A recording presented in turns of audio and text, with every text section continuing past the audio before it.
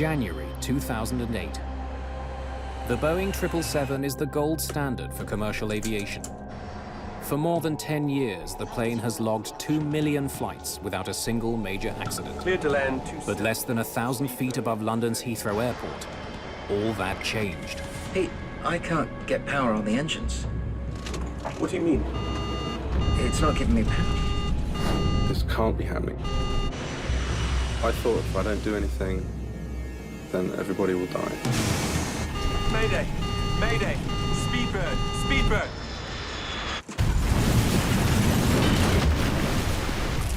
Whatever brought down one of the world's most technologically advanced airplanes can't be found at the crash site. And they had the pilots, they had the passengers, they had the aircraft, they had everything there, except the thing that caused it. That had disappeared, as if by magic. Mayday, mayday.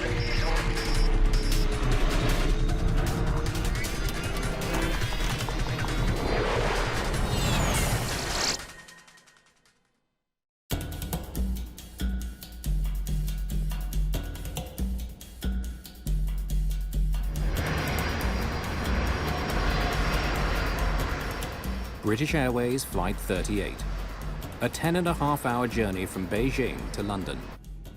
Captain Peter Burkhill has made this trip many times before. I was operating that route a lot. It was one of my favourite flights because it was daylight. You could see the views the whole way along the route. Burkhill and First Officer John Coward both have thousands of hours flying the 777 under their belts.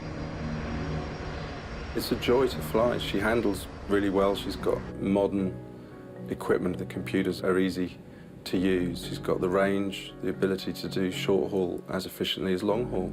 For these two, as for many pilots, a day on the job consists of sitting in the cockpit for long hours as computers fly the plane. Powered by two massive Rolls-Royce engines, the Boeing 777 is one of the safest planes in the industry. Nick Harris is flying back to London after a business trip to China. The good thing was it seemed to be that we were coming in early into Heathrow. I was looking forward to getting home to the family. Flight 38's destination is Heathrow Airport, one of the busiest international airports in the world. Nestled in the southwest corner of London, it's bordered by the A30 motorway. People who live in the nearby neighbourhood of Hounslow are well accustomed to the sound of jets taking off and landing.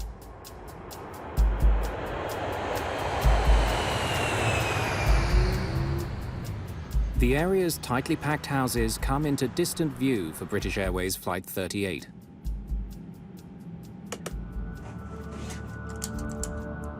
The autopilot is in control as the crew lines up with runway 27 left. As it nears the ground, the plane is buffeted by some high winds. Just a little turbulence. It's the first wrinkle in an otherwise smooth journey.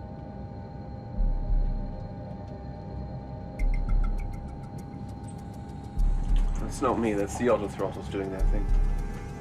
We were picking up wind gusts of about 20 to 30 knots, and we were fully aware that the auto throttles would be able to cope with that, so they'd be moving up and down quite a lot. You might want to keep the autopilot on a little longer than usual, to let the wind come down. Will do. In turbulent weather, the autopilot can make faster adjustments to keep a plane level than the pilots. 1,200 feet above ground. I'll have to turn that off for now, sir. Sure. Thank you. 2 minutes before landing, Coward takes over flying the plane. You have control? Just as the two pilots had planned.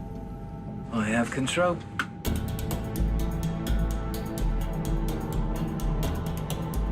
I had a few seconds to spare before clearance to landing, and I was just tidying up my map charts. Speedbird 38, prepare to land 27 left. Cleared to land 27 left, Speedbird 38.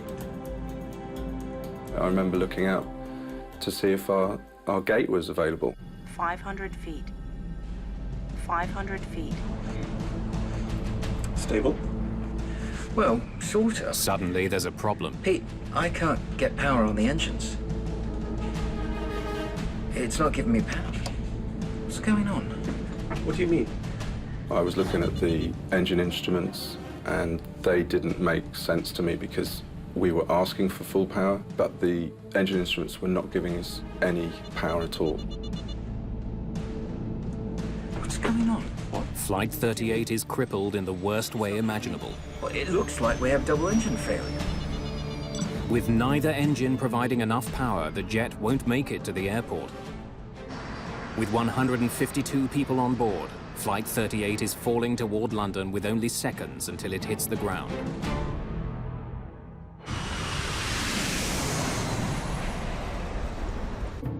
This can't be happening. This is one of the most modern jets in the world. In the cabin, there's no indication that anything's gone wrong. On approach to land, everybody seemed relaxed in the cabin. We were just looking forward to landing. Airspeed low. Airspeed low. Airspeed low. And now I was looking at our impact point. I could see a set of buildings around the Hatton Cross area and a petrol station. I just knew if we were hitting those, then it was certain 100% fatalities. At that point, I felt the weight of my 4 bars on my shoulder. I am the captain. If I don't do anything, then everybody will die. This close to the ground, Burkhill doesn't have many options. He could take back control of the plane from Coward, but doesn't think that's the right move. First decision really was to not take control. I remember looking over at John. He was still flying the plane well. Good, he's doing a good job. He's doing what I need him to do. Burkhill knows that even if they manage to clear Hounslow, the jet could still smash into the busy A30 motorway or the antennas at the edge of the airport. I thought about raising the gear. That's the biggest drag on a commercial jet. But I needed the gear to crash on. We were going to impact, and that was going to take the brunt of the impact, so I had to leave the gear down. With a crash imminent, Burkhill has only one move left, but it comes with enormous risk. I knew I had about 15 seconds to make a huge decision. I needed to get past those buildings. It was obvious to me that I needed to raise the flaps. Retracting the flaps will reduce drag, but also lift. The plane will fly further, but drop faster. Burkhill must determine which is more important. I wanted to discuss it with the crew, but this was all in a matter of seconds. I remember holding that lever for a fraction of a second. He hopes this move will help his plane avoid catastrophe. The effect was immediate.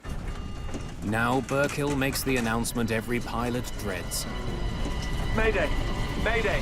Speedbird! Speedbird!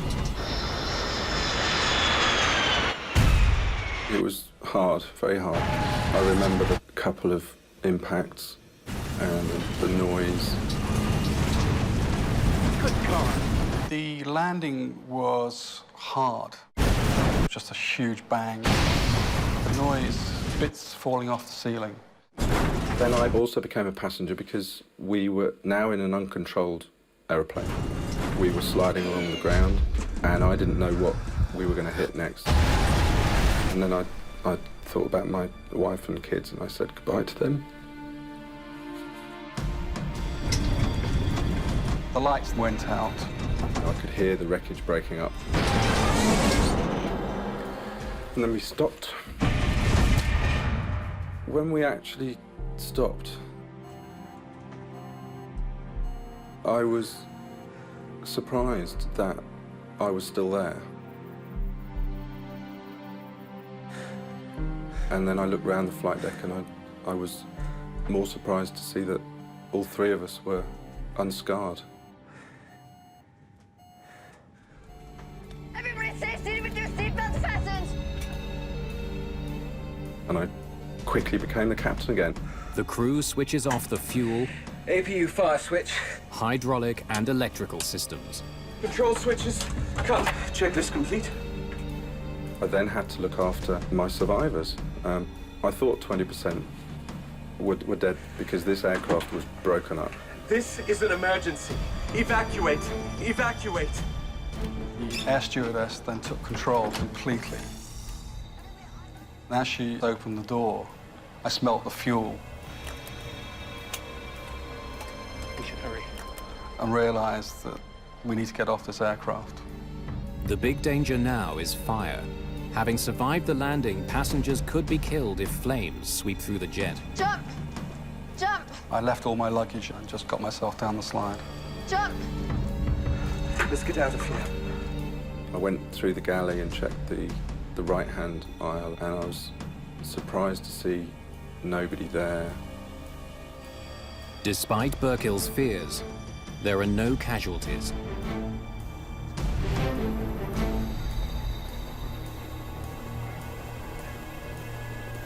Outside in the cool January air, the scale of the disaster is clear. The right wheel had actually been ripped off during the impact. The engines were just sad. They were all ripped apart. The cowlings were ripped off, and the engines were half buried. It wasn't an aircraft anymore. I now start to realize that we've been involved in a major accident. I saw the damage to the undercarriage and to the wing. The plane narrowly missed the A-30 and the antennas at the foot of the runway. It could have been total devastation. If the impact had been on anything other than soft mud and grass, the likelihood of a fire was immense. Given the amount of damage, it's incredible that only 47 people were injured. I felt quite lucky that I was still alive. It was quite a surreal feeling. From China, British Prime Minister Gordon Brown praises Burkhill and the crew. I think it's right to pay tribute to the calmness and professionalism of the British Airways staff, the captain, Peter Burkhill, for what he achieved in engineering a landing that protected lives. Investigators have some early hunches about what caused the engines to fail. They also have plenty of clues, but a key piece of evidence is already missing. Heathrow's emergency planning swung into action. The crash of British Airways Flight 38 dominates the news. It's the most serious accident at Heathrow in 30 years. Heathrow Airport is a very busy airport. It is the main airport in the UK, so anything that happens in Heathrow Airport immediately hits the media. More significantly, the 777 is one of the world's most modern and reliable jets. The accident unsettles the airline industry. The 777 is as safe as an airplane can be. It had such a superb safety record. What on earth happened? You don't like not knowing whether it might happen to the rest of your fleet. Investigators quickly arrive on the scene. Phil Slight is the lead engineer for Britain's AAIB, the Air Accidents Investigation Branch. When you first approach an accident site like this, the first thought you've got is, where do I start? The plane landed about 1,000 feet short of the runway. The landing gears pushed up through the wings. The nose landing gear collapsed. Just hours after the crash, investigators interview the crew. Captain Peter Burkhill has a first-hand account of what happened. I think I wanted to talk about it because I knew of the innocence of the whole crew. This isn't our fault. We didn't do anything wrong. But the engines weren't giving us any more power. Well, it looks like we have double engine failure. We tried to give them more power manually, but there was nothing. Burkhill explains that something had caused both of the jet's Rolls-Royce engines to roll back at the same time, robbing the aircraft of power. Acceleration on both. When you hear something of a double engine failure, you start looking at what's common. What could cause both engines to fail at the same time? So our first thoughts were that it may have run out of fuel. A fuel shortage is rare, but it has happened before. In 1983, a Boeing 767 ran out of fuel flying over central Canada. A mistake in converting between metric and imperial measurements left the plane with much less fuel than the crew thought. At 26,000 feet, they lost power to both engines. The captain was able to glide the plane to a safe landing at an abandoned airbase. In the case of Flight 38, this theory is immediately questioned. Jet fuel has a certain odor. Anyone who has worked with an aircraft will know the distinctive smell of Jet A1 fuel. There was certainly a lot of fuel leaking from the aircraft, from the ruptures to the bottom of the engines when we arrived on site. A check of the plane's dipsticks confirms 2 of the tanks did in fact have fuel. So we knew that there was plenty of fuel on board this aircraft to complete the flight. There remain several other possible explanations for such a loss of power, and investigators must tackle them all. There is great confidence that the mystery can be solved, as any and every piece of evidence investigators could ever want is readily available. They have access to the pilot, the crew, and most importantly, the entire plane. We were quite fortunate to have the amount of data that we had on this aircraft. Because the aircraft remained intact, we were able to interrogate lots of computers and also get lots of data from the recorders. Additionally, we had data external to the aircraft, such as radar data, and also the radio transmissions as well. Mark Ford retrieves the plane's flight data recorders, which promise to give investigators important clues. He has another resource, the QAR, or Quick Access Recorder. While the black boxes are in the rear of the plane, the QAR is a data recorder in the front, used mainly for diagnostics. It does have an advantage over the flight recorder, though, in that it has a greater memory capacity and can record additional parameters over and above those available on the flight recorder. You can recover the data from a quick access recorder within a matter of minutes in some cases. Speed, altitude, control settings, cockpit conversations. In all, the various recorders have preserved 1,400 different pieces of data, which should help the investigators close the case. But when they study the QAR, what they find is chilling. The quick access recorder data stopped about 45 seconds prior to the accident itself. Initial thoughts were that there was an electrical problem, possibly that had affected not only the QAR, but possibly the engines as well. The 777 is one of the latest advances to computer-assisted airplanes. Pilots don't directly control the plane. Instead, their inputs are sent to a computer. Those signals are then relayed to the engines, flaps, and other systems on the aircraft. Pete, I can't get power on the engines. A massive failure of the plane's information systems could explain why the engines stopped working. Perhaps the computers that control them froze. Farnborough is home to the AAIB. The flight data recorder has been sent here for analysis. An electrical problem would be recorded on this device. But interpreting the information will take some time. Time investigators don't have. There are hundreds of 777s landing every day. They need to find answers before whatever brought down Flight 38 strikes again. While they wait, authorities turn their attention to the fuel recovered from the ruined plane. A bad batch of fuel could have deprived the aircraft of power just when it needed it most.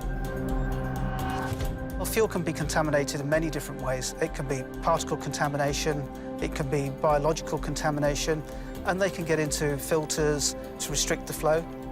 We took several samples from various points within the fuel system. So not only from the fuel tank itself, but also from remnants within fuel lines and also within various fuel components. We managed to trace the fuel back through the documentation to a shipment of Jet A1, which came from South Korea. And that was shipped across in a tanker to China and was then transported by pipeline to Beijing Airport. We compared it with over 1,200 other batches of fuel in the UK, and it came out to be very good.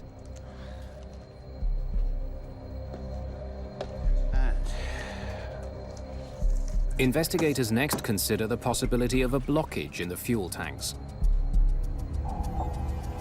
They discover some bizarre evidence. Several small pieces of tape are recovered, along with something else. When we were in the fuel tanks, we did find a few small articles. One of them was a red scraper. The items were likely left over from when the plane was built 7 years ago. But while they're peculiar, there's no indication that any of them played a role in bringing down the plane. Obviously, it's not ideal to find anything within a fuel tank. We obviously looked to see whether this would have had an effect on the fuel flow to the engines. The items were so small, they would not have caused a restriction. As the search for answers continues, a puzzling find surfaces. Less than 3 years before the Heathrow crash, another 777 suffered a serious mid-air problem. After taking off in Perth, Australia, a Malaysian passenger jet was climbing through 38,000 feet when suddenly the plane's autopilot pitched the nose up and climbed steeply. Calamity was only averted when the pilot took manual control of the jet. They did manage to get it safely back to base. The investigators established that this was a computer problem. British aviation authorities consider that the electronic brain of one of the world's most reliable jets might be faulty. The Malaysian Airlines aircraft was really quite an unnerving one. The investigators sort of pulled out the files on it and started looking over it to try and get some clues. Did we have a problem with the electronic control system causing the engines to roll back? If flaws are found with Flight 38's computers, it means 777s around the world could all be disasters in the making. This thought hangs heavily over the industry.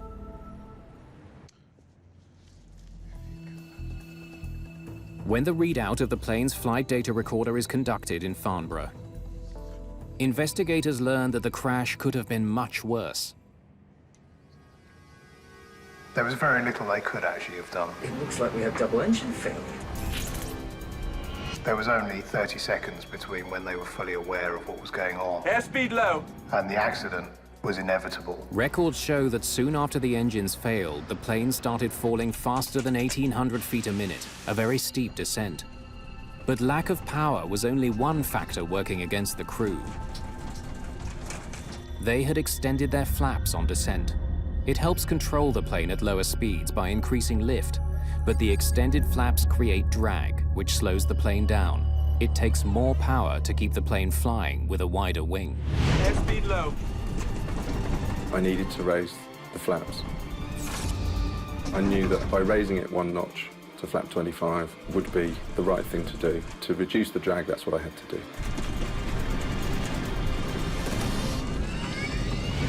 Now, what he did here gave them a few extra feet. Had the flaps been left at flaps 30, the aircraft would have struck the ground just before a set of ILS antennas. The plane then would have slammed into the antennas, sustaining even more damage and increasing the chances of serious injuries. For their efforts, Burkhill and his team are considered heroes.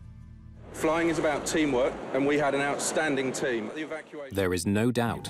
Without the flight crew's actions, Flight 38's landing would have been a catastrophe. Now, the recordings As they continue examining data from the flight data recorders, continue right until the moment of impact. investigators are no closer to solving the case. Analysis of the flight recorder didn't identify any particular fault with the aircraft electrical system that would have resulted in both engines rolling back. They are at least able to determine why no data was found on the quick access recorder for the last 45 seconds of the flight.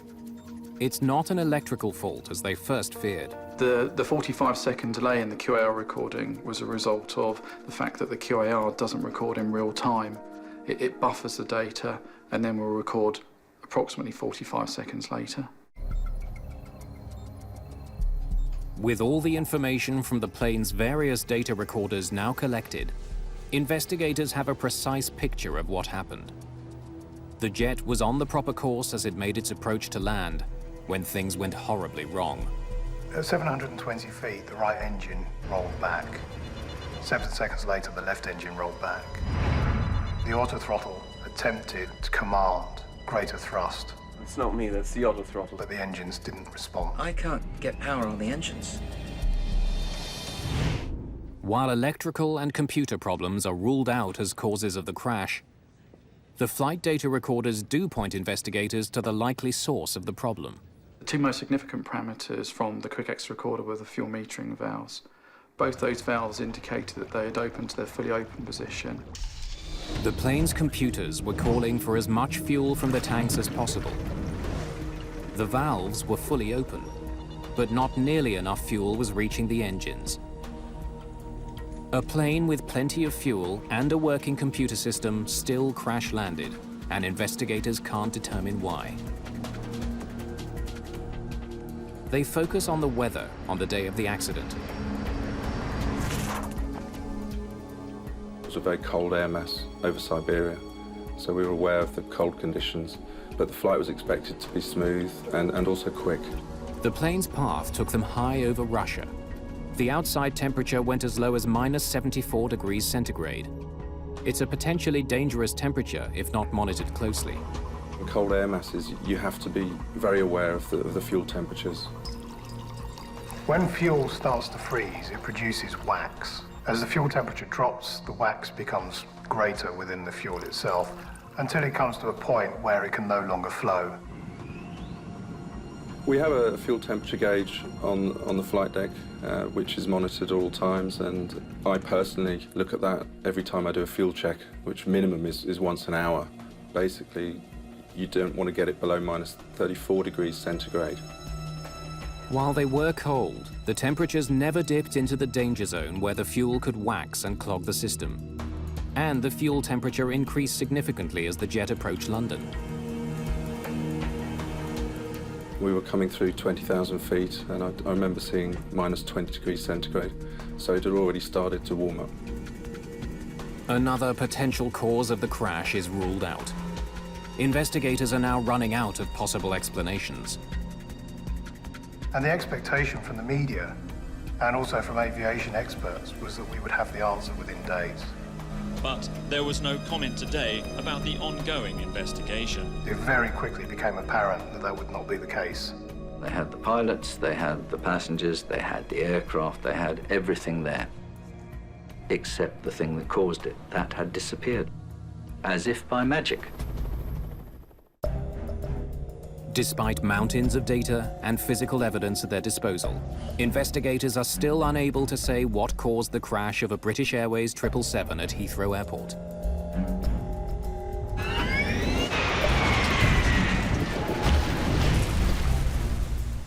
They turn to a failure of the fuel delivery system as a culprit. To prove it was responsible, they need to pinpoint anything out of the ordinary about Flight 38's journey on January the 17th, 2008. It's a daily flight operating from Beijing to Heathrow.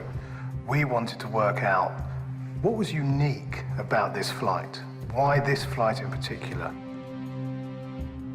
If you've got a very puzzling incident, like the 777 accident at Heathrow, you're going to mine all the data you can. Just put them over there for now. So we approached many operators to obtain some data of previous flights so that we could then do a comparison. Flight data is collected from companies around the world. And we had something like 144,000 flights in all. But it will take months of work to analyze this enormous volume of information. To study Flight 38's fuel system more closely, huge sections of it are brought to the AAIB hangar and reassembled. It allowed us to basically just sit there and look at it and to brainstorm and come up with ideas as to what might have caused it. McDermott and his team consider all possibilities, from design flaws to a malfunction specific to this aircraft. The examination comes up empty. We carried out an exhaustive and very thorough inspection and testing of the fuel system, and we find nothing wrong. Frustrated, investigators are at a dead end. We kept going through this cycle. We kept going back over what we'd done before. Had we missed something? And every time we went back over, we kept coming back to no. There was no trouble with the plane's computers. It had plenty of fuel. And no problems with the fuel itself. But somehow, when it was most vital... Mayday! the engines didn't get the fuel they needed. The AAIB detectives have run out of suspects. There was no clear explanation. Nothing that you'd seen before. It's not giving me panic. In any airplane, let alone the 777, could have explained this. Now they turn away from the clues they have to those they don't. Phil started coming out of a mantra, which was a quote from Sherlock Holmes. Whatever is left, however improbable, must be the cause.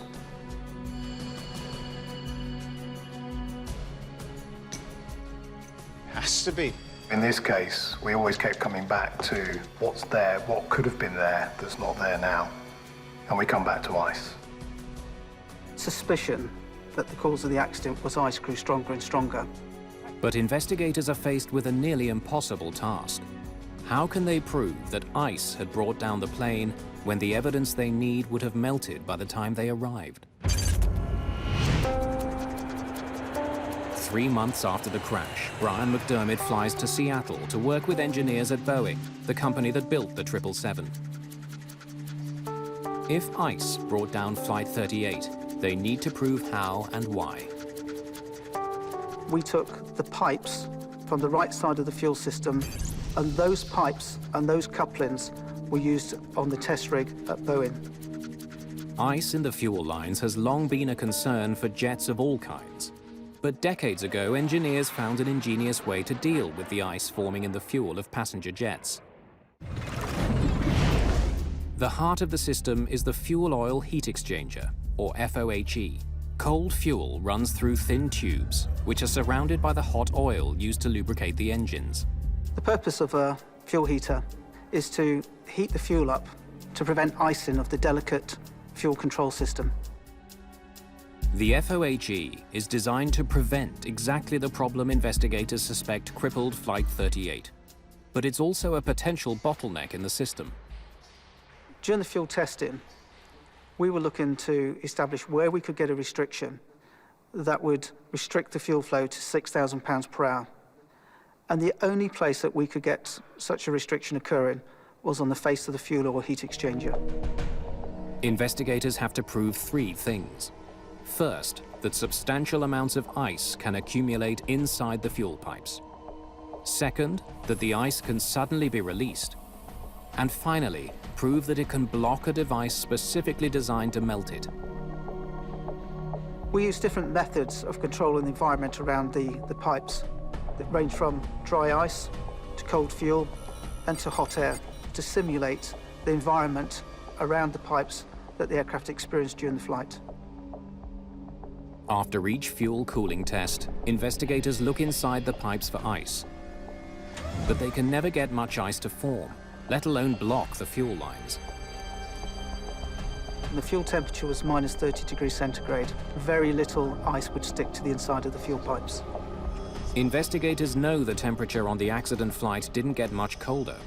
So how had the ice formed? We still hadn't answered the question of where does the ice come from in the first place? And indeed, was it ice? Or was there something else that we've missed? Surprisingly, when the fuel temperatures are warmer, the breakthrough arrives. If you have water in the fuel, then that water will freeze and form ice crystals. And then when the temperature gets to about minus 20 degrees centigrade, then those ice crystals will start to stick together and will also stick to the inside of the pipes. Below minus 20, any ice crystals in the fuel are too cold to attach to the pipes.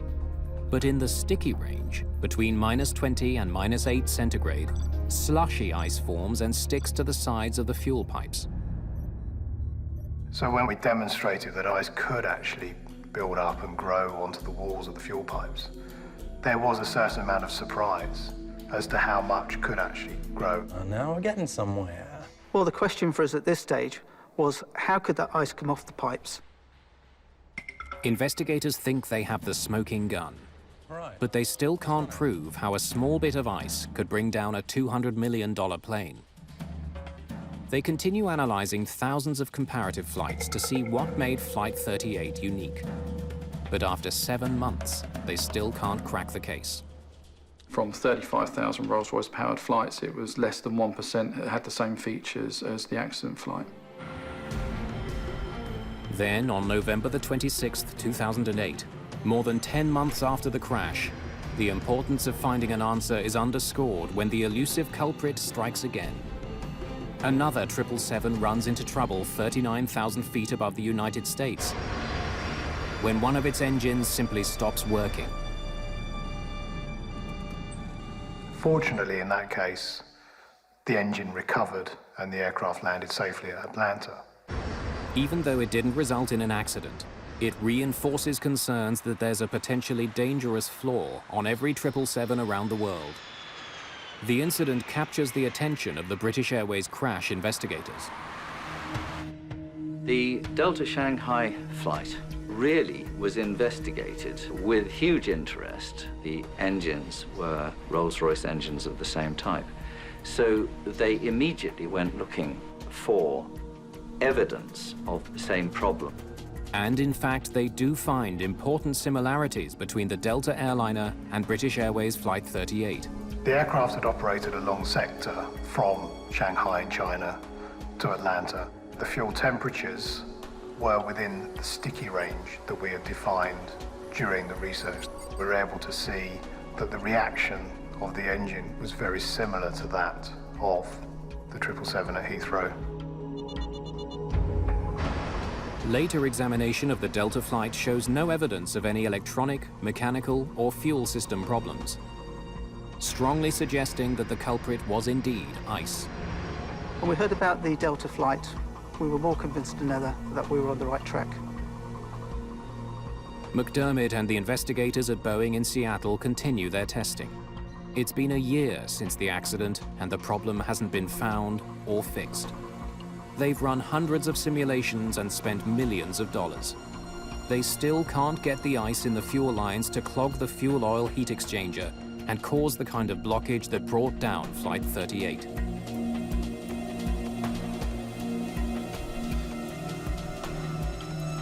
We came to a stage where we had not actually come up with what had caused this accident. At this time, the media and also the general public, there was a bit of unrest as to why we had not yet come up with an answer. Industry pressure to resolve this case is intensifying. Investigators still need to know what made Flight 38 different from thousands of others that had flown under similar conditions. To find out, they retrace every moment of Flight 38's journey. The voyage from Beijing involved a gradual climb, a steady cruise, and a gradual descent. The fuel temperatures fell and rose accordingly, causing ice to accumulate in the fuel lines. That ice posed no danger unless it was released. Now investigators study the fuel flow and find that it was kept steady for most of the flight. The autopilot maintained constant speed and low power for hours, never demanding an abrupt increase in engine power until just before they reached the runway. The approach into Heathrow was quite a turbulent approach, and the engines were demanding various levels of thrust power. That's not me, that's the auto throttles doing their thing. And there were 4 changes in fuel flow, one of which was a very high fuel flow of around about 12,000 to 13,000 pounds per hour demanded. A closer review of the American Delta flight reveals that its engine rolled back under the same circumstances, a sudden demand for power after a long period of consistent speed.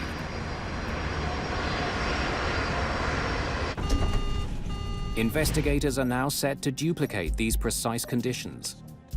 They hope that by reproducing the moments just before landing, which was the only part of the flight where the crew suddenly required more power, they may finally get the answer they're looking for. The problem that we were looking at is very, very difficult to replicate. And during what was one of the last tests, we actually managed to get all the elements together. After simulating running engines at constant speed, investigators increased the power. We allowed the ice to accumulate for 3 hours, and then the flow rate was increased. What happens next breaks the case wide open. In Boeing's Seattle lab, investigators' sudden demand for more engine power causes the fuel pressure downstream of the fuel oil heat exchanger to drop dramatically. And when investigators examine this vital component, we then saw that ice had formed across the face of it. soft ice that had formed deep inside the fuel lines broke free when the pressure was abruptly increased. It restricted the flow of fuel to the engines. Investigators have finally found the Achilles heel hidden deep inside the 777. The tubes that bring the fuel through the FOHE jut out just above the container of hot oil. It's just a few millimeters, but was enough to prevent the ice from coming in contact with the hot surface below and melting. Now, the ice doesn't totally restrict the fuel flowing through it. It has some porosity, so the fuel will continue to flow through. But the flow rate is much lower than it should be. In all of the tests, only one gave investigators the result they were looking for, the one that exactly matched the journey of Flight 38. While the plane flew over Russia, water in the fuel turned to ice. At -20, it began to build up along the inside of the pipes. The steady speed of the aircraft ensured this accumulation was never interrupted. Then, as the plane approached Heathrow, turbulence resulted in the first demand for power since much earlier in the flight, and things cascaded into a serious problem. You might want to keep the autopilot on a little longer than usual. The gushing fuel washed the ice through the fuel system until it built up against the face of the FOHE, with disastrous results. Pete, I can't get power on the engines. It's not giving me power. Facing a threat no one knew existed, Mayday! Speedbird! the pilots didn't have a chance to solve the problem.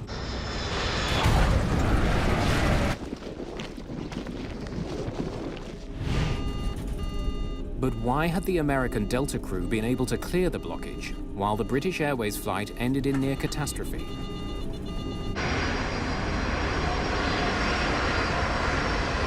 It's discovered that after just a few seconds of reducing engine power to idle,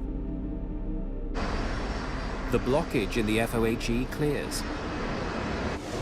But this maneuver was not available to the British Airways pilots because they were so close to the ground. Soon after the Seattle tests, Rolls-Royce redesigned the fuel oil heat exchanger. So what Rolls-Royce did was to actually remove those protruding tubes, so you now have a flush face. And they found that if they flattened this surface, even if ice crystals did form in the fuel, they'd go straight down the holes in the block. Very, very easy fix. Other aircraft manufacturers are ordered to ensure that their systems aren't vulnerable to the same problem. Peter Burkhill, John Coward, and the rest of the crew of Flight 38 received the British Airways Safety Medal for their performance during the accident. It's the company's highest honor. Crew have been presented with an unprecedented failure, and they did the best they could in the time that they had available. The crew did as good a job as they could, and since they really only had about 30 seconds to think about what they were going to do about this, they couldn't have done any better than they did. The ice that brought down one of the world's most sophisticated airplanes was gone by the time investigators showed up. Weird thing about this investigation was that the culprit had fled the scene. The inquiry into what happened consumed thousands of hours of manpower and cost millions of dollars. These people really pulled out the stops to find out. And the reason? We have to know. With unrelenting diligence and a little inspiration from Sherlock Holmes, the mystery was finally solved. Whatever is left, however improbable, must be the cause.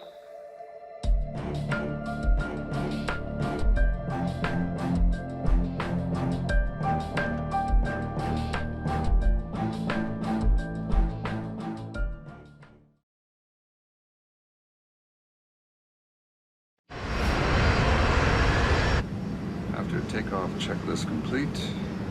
US Airways Flight 1549 has just left New York's LaGuardia Airport. Birds. And that fast, we were just on top of them. My aircraft. Your aircraft. Both of the plane's engines have stopped working. Mayday, Mayday, Mayday. This is Cactus 1549. The plane is falling from the sky. There are only a few seconds to decide what to do. If we can get it for you, want to try and land on runway 13. We're unable. 155 lives depend on the pilots making the right call. Hey, Cactus 1549, you can land runway 1 at Peterborough. Can't do it. With a bad option on the right and a worse one on the left, the crew decides to put their Airbus on the runway that's dead ahead. We're going to be in the Hudson. Mayday, Mayday.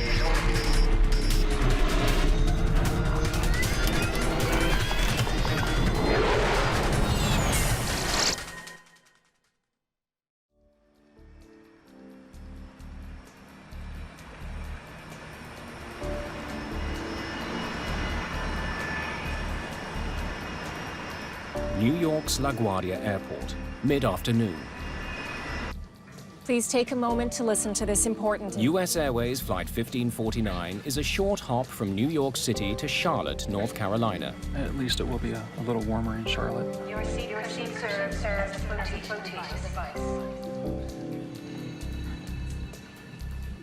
Together in the cockpit today are Captain Chesley Sullenberger, 57. Clear to push. And First Officer Jeffrey Skiles, 49. We were late because the weather was bad earlier, but by this point, the weather cleared off for our departure, and it was just puffy clouds. 28 brakes released. Spot 28 for Cactus 1549. 150 passengers are on board the European-made Airbus A320.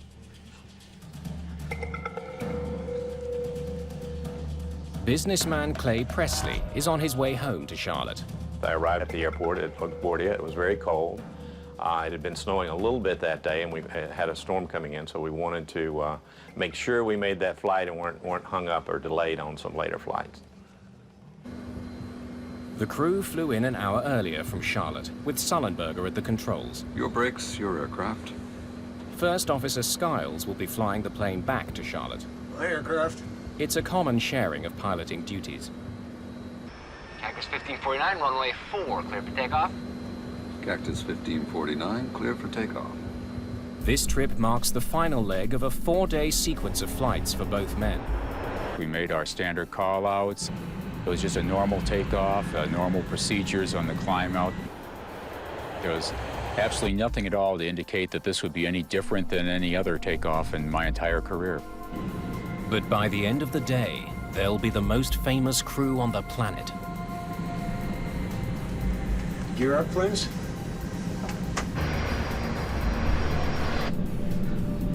Gear up.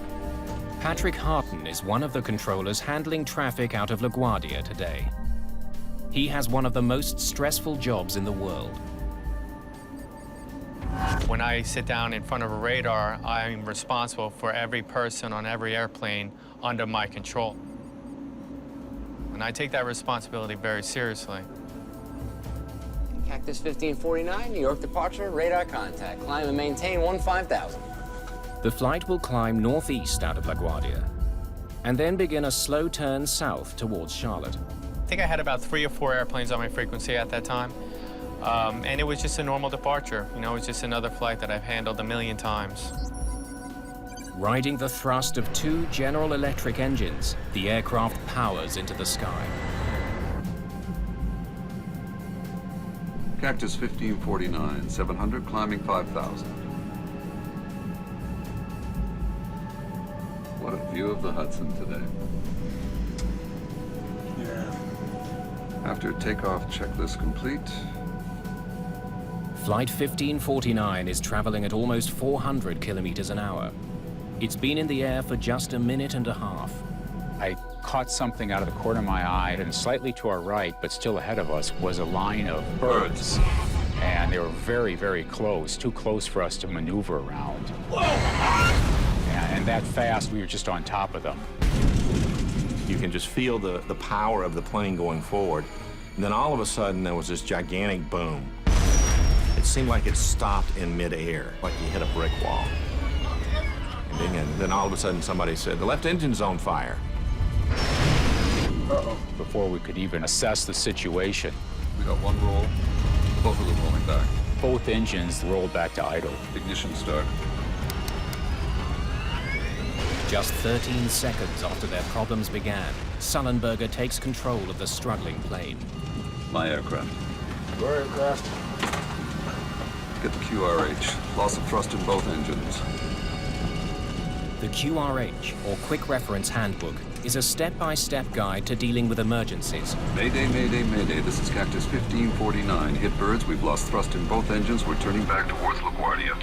When a pilot says Mayday or declares an emergency, you go from a focus state to a hyper-focus state. You just focus in on the emergency itself and, figure out the solution to the problem.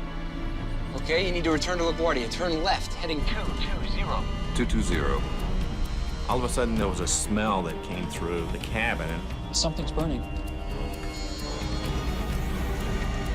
If fuel remaining, engine mode selector, ignition. What I'm thinking, though, at this point is that, we're just going to have to restart an engine. Thrust levers. Confirm idle. Idle. The procedure is to try to restart the engines, and I always had faith we could do that. Airspeed optimum relay, 300 knots. We don't have that. We don't. Hey, Cactus 1549, if we can get it for you, you want to try and land on runway 13. We're unable. The conversations with Captain Sullenberger were very short and to the point, which was very appropriate for the emergency. There was a lot going on and wasn't much time to handle it. When Captain Sullenberger simply said unable, it didn't bother me. I mean, he had his hands full flying the airplane, and I understood that. So my job is just to move on to the next option. All right, Cactus 1549, it's going to be traffic for runway 31. Unable. Harton still wants the jet to return to LaGuardia, but Flight 1549 is now just 1,400 feet above the ground. Cactus 1549, runway 4 is available if you want to make left, traffic runway 4. I'm not sure we can make any runway. What's to our right? Anything in New Jersey? Teterboro? Okay, yeah, off to your right side is Teterboro Airport. You want to try to go to Teterboro? Teterboro is a small airport on the New Jersey side of the Hudson River, but it's several kilometers away. And without their engines, Flight 1549 is dropping fast. You want to try to go to Teterboro? Yes. When the air traffic controller pointed out Teterboro, I looked at it and I stopped, and I was kind of concerned that he was actually going to try for it. I didn't think we could make it.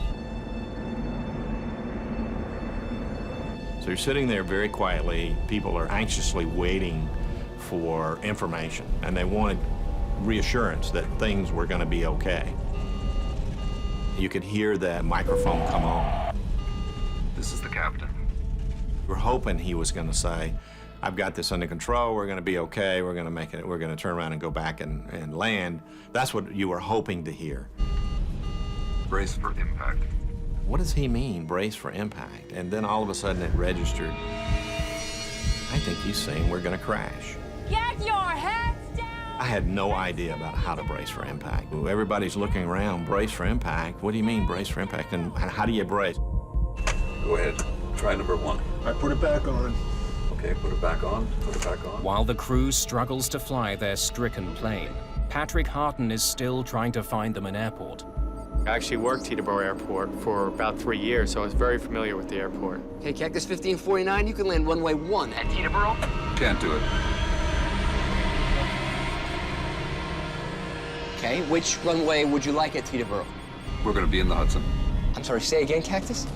I could hear him, but my mind really didn't want to comprehend those words. We're going to be in the Hudson. That was a death sentence for him, and I didn't want to accept the fact that it was over and there were no more options left. I don't think we're going back to LaGuardia. I just emailed my wife and just said, I love you. And I didn't say anything else because I really did not want her to worry. Okay. Let's go. Put the flaps out.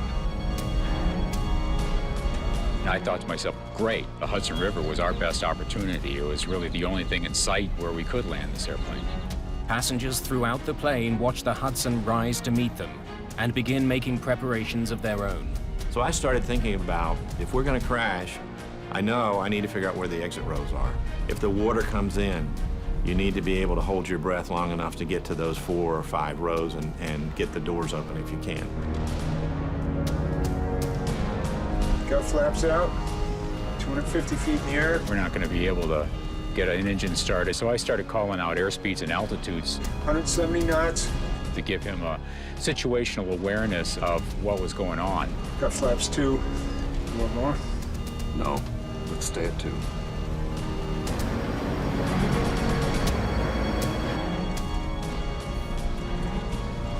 Got any ideas? Actually, not.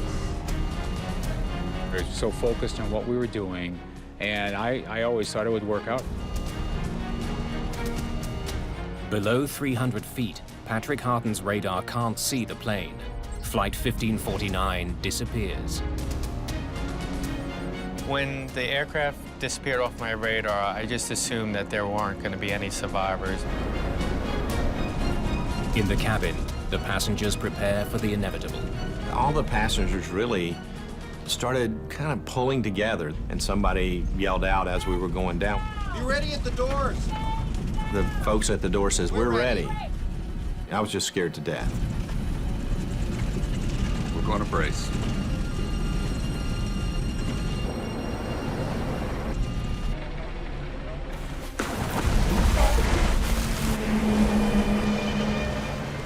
Looked like the airplane was going right for the bottom of the Hudson River. All we saw was water cascading over the windshield.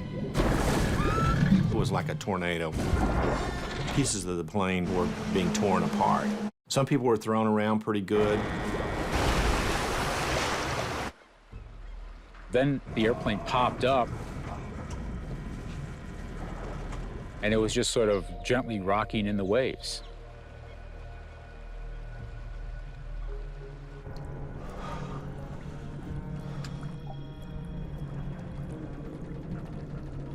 We all just sat there. We were all in shock, and we were waiting for what's next. US Airways Flight 1549 was in the air for just 5 minutes and 8 seconds. Having made a remarkable landing, the passengers and crew now face a new danger. The plane is leaking. The ice-cold water of the Hudson is pouring into the cabin.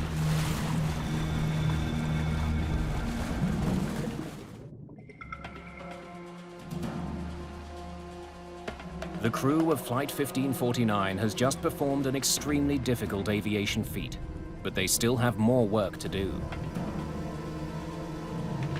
Captain Sullenberger heads for the cabin, while First Officer Skiles shuts down the plane. I stayed behind and did the evacuation checklist, and so it was probably about 45 seconds before I actually went back myself in the cabin after we landed. In an instant, the $75 million plane has become an unlikely boat floating down the Hudson River. It's now filling with freezing water. That water was cold. It was very cold, so your feet are freezing. People came to their senses and they said, "Get the doors open, get the doors open." At air traffic control, Patrick Harton has no idea the plane even made it down safely. I didn't think anyone could survive a water landing like that. They got me off position because I was obviously in no condition to work traffic anymore. Harton is led to his union office. Despite his ordeal, protocol demands he recount his version of events. I really didn't want to speak to anyone. I just wanted to kind of hide under a rock. I needed my wife to know what had happened, but I knew I couldn't talk to her because I was pretty much in a fragile state and I didn't want to break down. So I sent her a simple text message. I said, "Had a crash, I'm not okay, can't talk now."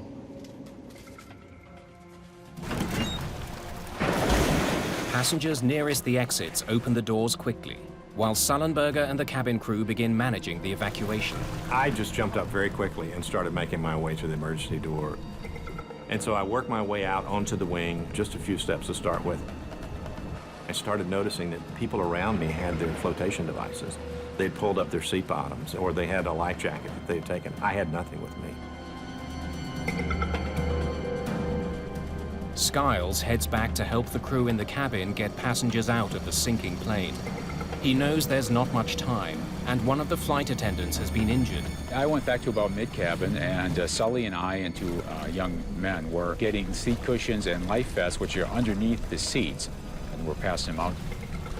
And I'm looking around trying to assess the situation. Is the plane going to blow up? What's the next step? Yeah, there were actually probably 6 or 8 people that went into the water. And they were shivering and they were cold. We started pulling them back up onto the wing. At the back of the plane, water continues pouring in. Passengers are directed to move forward to escape. Go over the seats if you have to. This unwieldy boat won't be floating much longer. We were actually in the water, up to our knees, and it was just absolutely freezing cold. Every part of your body that was in that water just ached to the bone. Come forward! Is there anybody here? We were very confident there was nobody left on the airplane, but what was going on the wings, we just had no idea. Skiles and Sullenberger are the last ones off the plane. I just saw the big splash when the plane just bounced over the water. A small commercial airline crashed into the water. They've been in the water more than 10 minutes already. LaGuardia Airport has sent out an alert to New York's emergency services. In the middle of the Hudson, 155 frozen people hope that help will arrive in time. I saw the first ferry, and I could see the wheelhouse. I felt like, okay, we're really going to be okay. There was a sigh of relief. First on the scene are passenger ferries that have been shuttling people across the Hudson. They are eventually joined by the Coast Guard and Fire Department. The atmosphere on the ferry was still one of concern because we didn't know whether all the passengers got off the plane at that point in time. I was sitting in the union office preparing to make my statement. Where do I start? And that's when one of my friends popped their head into the office and said, "Hey, Patty, it looks like everyone made it." And I was like, "Really?" That was incredible news. I mean, I was still traumatized by the event itself, but the fact that everyone made it was just, it's like the weight of the world was lifted off my shoulders. The entire nation looks on as every single passenger and the entire crew of Flight 1549 is brought to safety.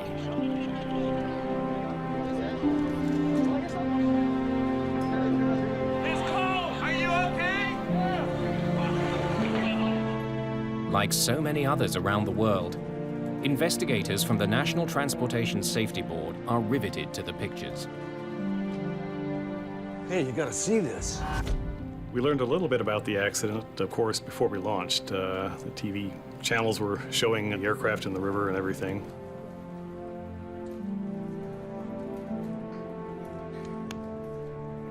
All agree that the landing is extraordinary.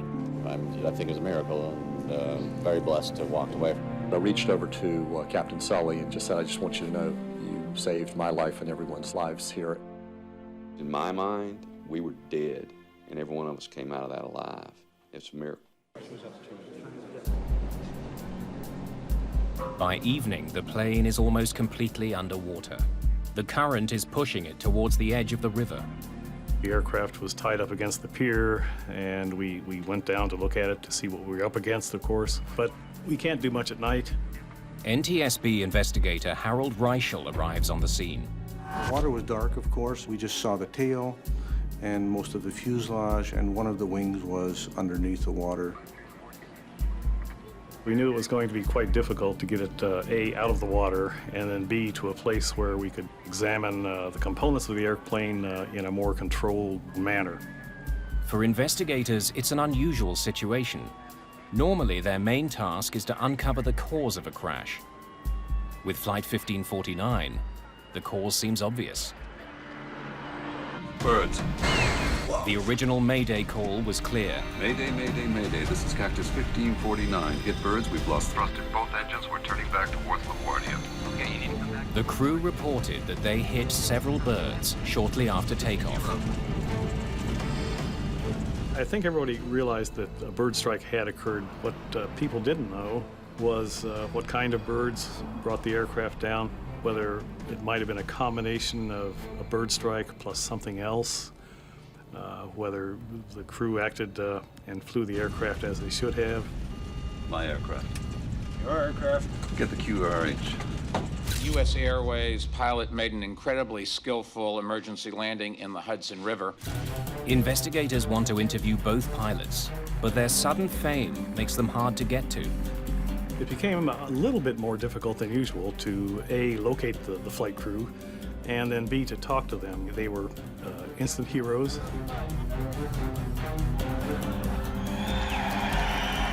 Nothing in a life can prepare one for the media frenzy of a situation, like this. And it's not just the pilot's newfound celebrity that's an obstacle for investigators like Catherine Wilson. One of the most challenging things in this case was nobody wanted to sully Sully. He was a hero in this case, and we were the ones who was potentially going to pick apart what he did and try to find out what he did and whether it was right or not. To prove that birds caused the crash, authorities need to get the plane out of the water. But a vital piece is missing. We had been told earlier that both engines were still attached to the aircraft. That turned out not to be true. So that became a major goal right off the bat, was to figure out where that second engine was.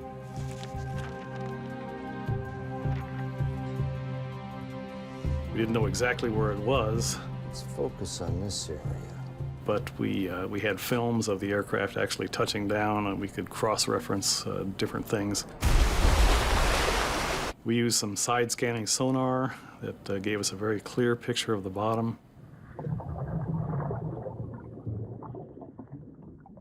It wasn't that easy to do because the Hudson River has a current, and the current changes throughout the day. So it took 3 days, ultimately, to find the engine. Within days, the recovered engine and the rest of the aircraft are moved to a warehouse in New Jersey, so investigators can study the wreckage more carefully. We certainly couldn't do it out there at the edge of the Hudson River, and you can imagine how interesting it was to take an airplane 150 or 200 feet long through a very, very populated area in New Jersey. As the plane is being moved, investigators work with the voice and data recorders. Okay, let's hear it. Which were in the most damaged part of the plane, the tail. The cockpit voice recorder and the flight data recorder were in virtually pristine shape. The aircraft had sustained quite a bit of damage in the rear end, but the recorders themselves survived very well. We were really lucky. All of the data was able to be downloaded normally. We got one roll, both of them rolling back.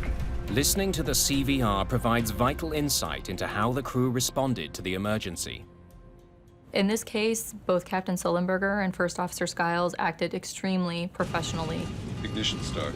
Each member had their own roles and responsibilities. They stayed with those roles and responsibilities throughout the accident flight and communicated only when necessary. Put the flaps up. On Flight 1549, My aircraft.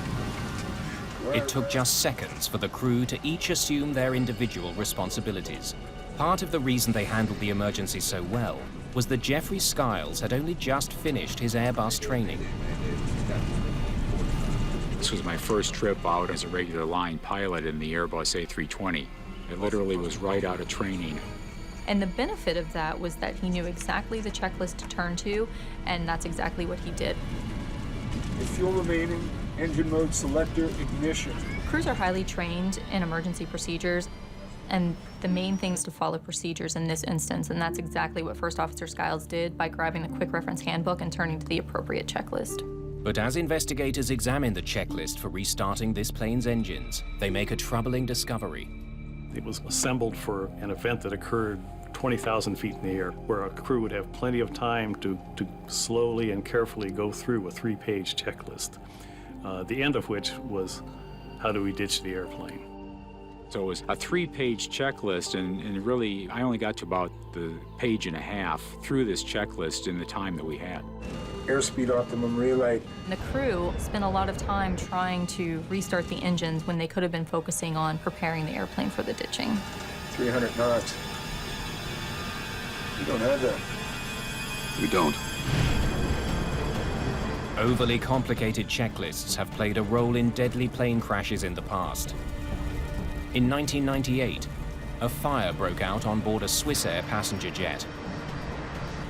The checklist the crew used for that situation would have taken them up to half an hour to complete. It's a half hour they didn't have.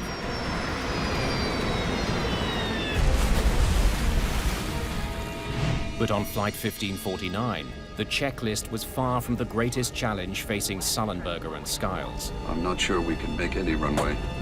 Water landings are notoriously difficult because unless they're perfect, they can be catastrophic. In 1996, after a hijacking, an Ethiopian Airlines captain tried to land off the Comoros Islands when his plane ran out of fuel. His left wing hit the water first, causing the plane to cartwheel. It was ripped to pieces. Of the 175 people on board, only 50 survived.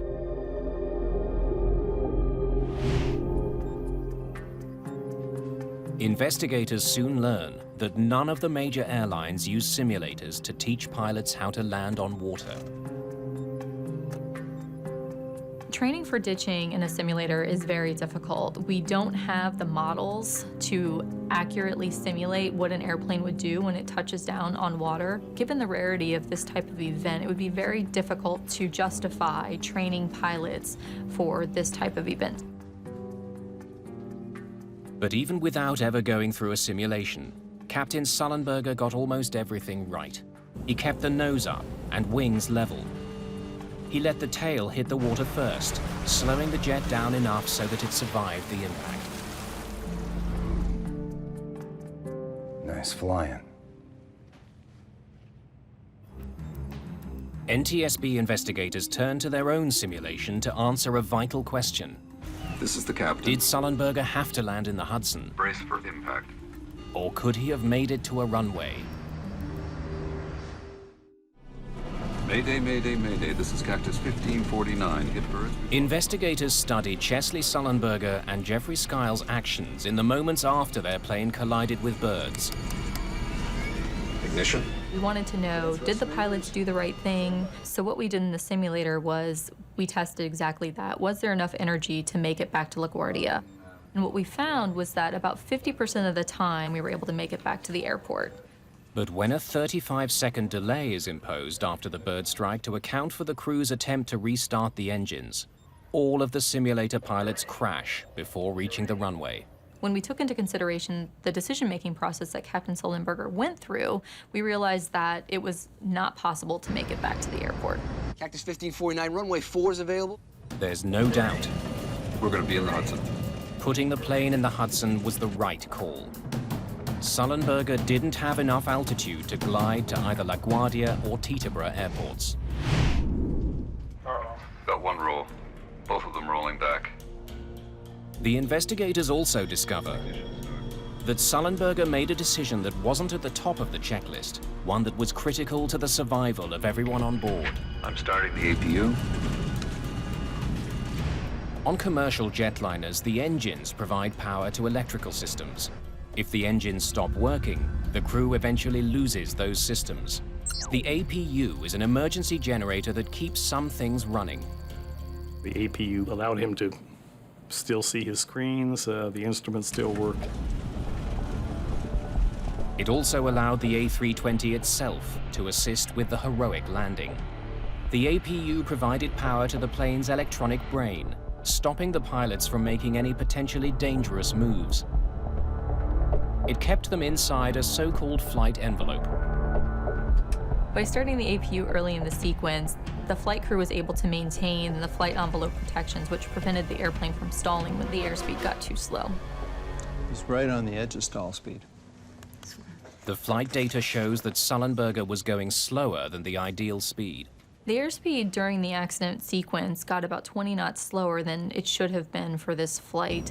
But the A320's flight computer is designed to constantly adjust the plane's pitch and keep it from stalling. We definitely could have had a much more catastrophic outcome had the airplane actually stalled. Starting the APU.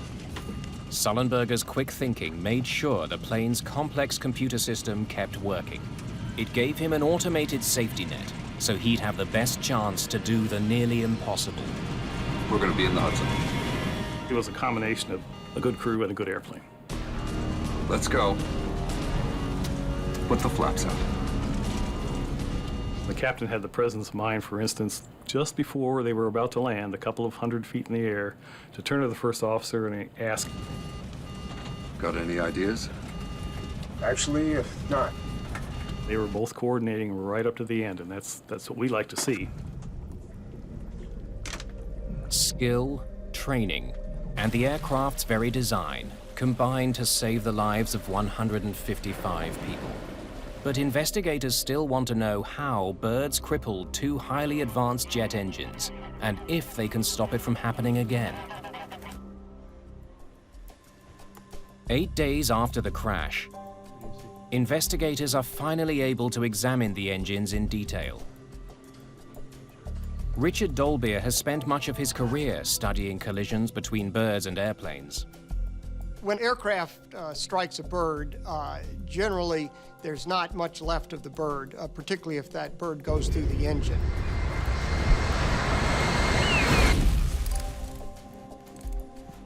The engines are analyzed piece by piece to try and figure out exactly what happened 3,000 feet above New York.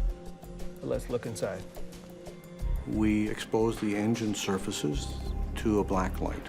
Proteins from many tissues will fluoresce with a black light. Much of the tissue was already gone, but many of the proteins stayed on the surfaces of the engine. Look at that. Deep in the right engine, investigators find about a cup of charred remains.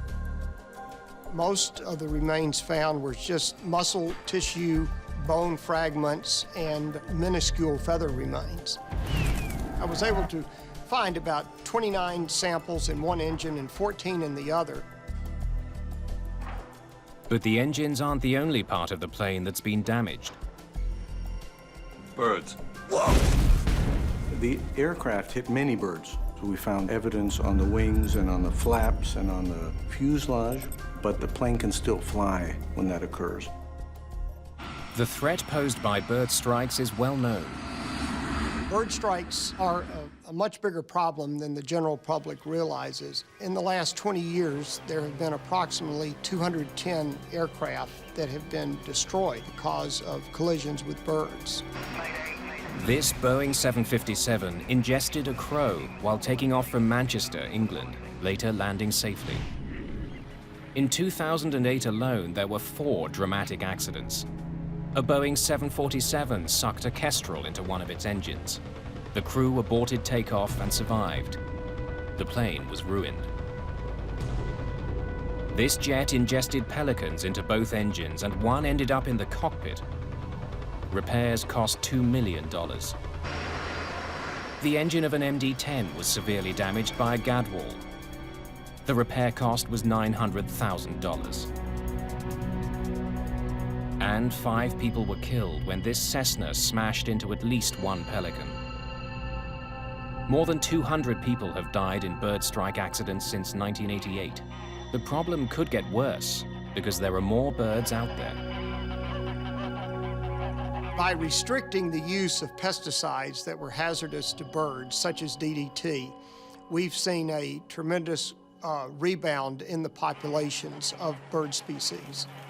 A remarkable increase in the Canada geese that are resident, non-migratory birds. Nationwide, the population has grown from about 1 million to about 4 million. At LaGuardia, one of the airport's biggest problems is a year-round goose colony on nearby Rikers Island.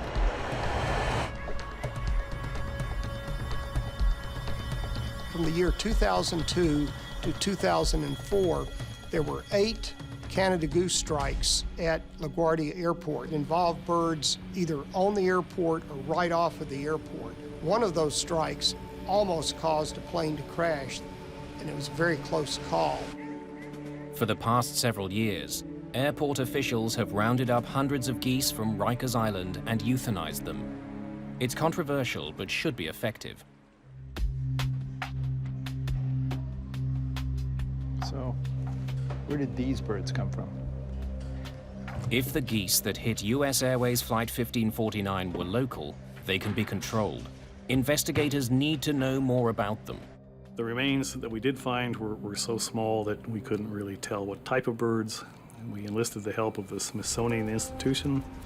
They can take remains, even very small remains, small pieces of feathers or flesh or whatever, and they can identify them.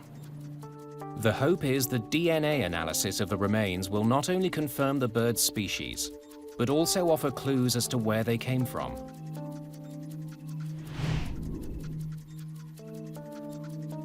While they wait for answers, investigators turn to answering the question of how a few birds forced a 68-ton jet from the sky.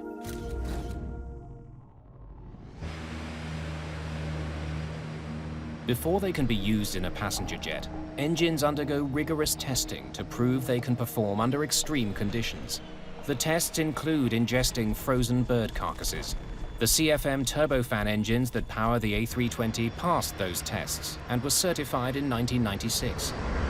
The large bird test required for the CFM engine is shooting a 4-pound bird from an air cannon into the engine, which is running at near full power. To pass, the engines don't have to keep running. They only have to stay together, which they did on Sullenberger's plane. Well, the engines did not experience what we call uncontained failures. No large chunks of fan blades or anything flew out through the cowls to hurt people inside the airplane. Fan blades are always the most interesting part to look at, and they often tell quite a story. A series of fan blades throughout the engine compress incoming air until it's ignited in the core, creating thrust. Ingested birds can wreak havoc on this process.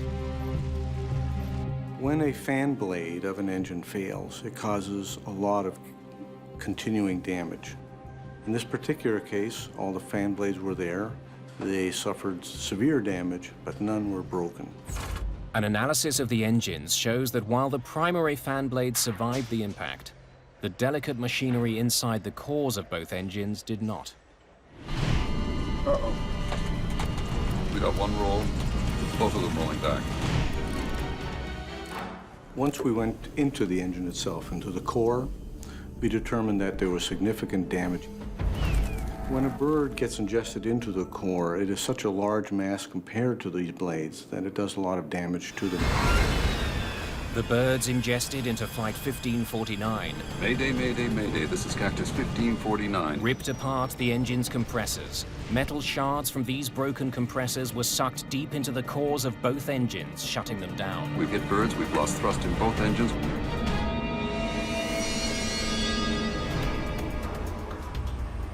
When DNA results come back from the Smithsonian Institution, investigators finally understand why Flight 1549 lost both its engines. The birds that struck Sullenberger and Skiles aircraft were adult Canada geese. They were far larger than anything the engines were ever tested for.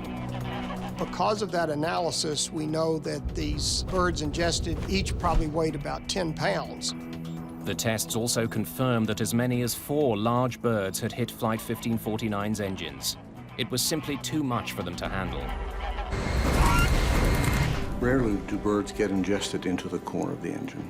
Rarely does an engine ingest the bird and then stop running completely. That's a very rare event. Ignition start. What makes this one even rarer is that both engines ingested birds and both shut down. We're going to be in the Hudson. The DNA test also proves that the geese involved in this accident were not the local geese that LaGuardia has worked so hard to manage. These were geese that had been in northern Canada during the preceding summer. They were migratory geese. The collision between the migrating geese and Flight 1549 happened 7 kilometers from the airport. It means that none of the existing programs for reducing the number of birds would have prevented the collision. It also means that what happened to that flight could happen again, unless a way can be found to keep birds and planes apart. Romeo Whiskey 2-1, radar contact, launch report 20 DME southeast Melbourne. Every year, about 2 million planes pass over New York's airspace. Most people do not appreciate the problems that birds can cause to aircraft. They don't realize how a small, seemingly insignificant organism in relation to the size of an aircraft can cause these kinds of catastrophic failures. The airline industry needs to find solutions to bird strikes. Placing screens in front of the engines is one of the most obvious answers, but there are serious drawbacks. Screens can fall off, screens can break, and then they would be ingested into the engine, causing similar damage or more catastrophic damage. Screens can also introduce turbulence to the airflow, which can starve the engines of air, causing them to fail. Winter weather is also a serious problem for engine screens. A screen is a perfect ice builder, and it will accrete ice very quickly in icing conditions. A more promising solution is already being tested in several American cities, including New York. At John F. Kennedy Airport, specialized radar is sweeping the skies looking for birds near planes. Most airports are equipped with radar that sends out radio waves that simply bounce off objects in the sky. Typically, only large objects are seen, and most of this information isn't passed along to air traffic controllers. The fact is that their scopes would be cluttered with things. Tall masts from ships, for instance, would pop up on their radar as low targets. The clutter, in fact, would interfere with air traffic control, and that's not a good thing. But now, finely calibrated avian radar is being tested at JFK. It can distinguish items the size of hummingbirds. If any birds are detected moving through flight paths, crews could be alerted. I would love to see bird radar technology. The key would be how to incorporate that without increasing workload to an already stressed controller. Tests continue, but widespread use of avian radar is still years away. Cactus 1549, runway 4, clear for takeoff. Cactus 1549, clear for takeoff. Until then, collisions between birds and planes will continue.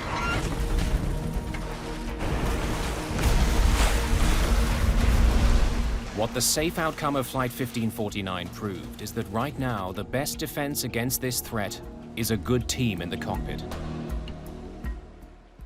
We had a very experienced flight crew with very good training. My aircraft.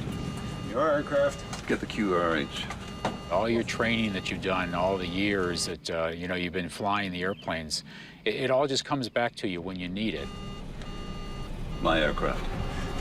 Sully and I worked together extremely well on this event. I knew what was in his mind, and he knew what was in my mind. We were both accomplishing our individual roles, but we had a knowledge of the whole situation. Okay, you need to return to LaGuardia. Turn left, heading 220. 220. This event definitely puts things in perspective for you as a controller. One thing I appreciate more, the teamwork and how when you work together, you can pretty much accomplish whatever you need to accomplish. Off to your right side is Teterboro Airport. You want to try and make Teterboro? We're going to be in the Hudson. The landing in the Hudson took training and skill. It also took a bit of luck. We had a very clear day. We had a perfect condition for the river. So there was just a series of really fortunate events that occurred that assisted this crew in landing successfully on the river. Well, at the safety board, we don't really deal in miracles very often, but this event had a lot of things that came together at the right time and the right place. And so a lot of us are thinking, well, maybe we do have a miracle here. What a view of the Hudson today.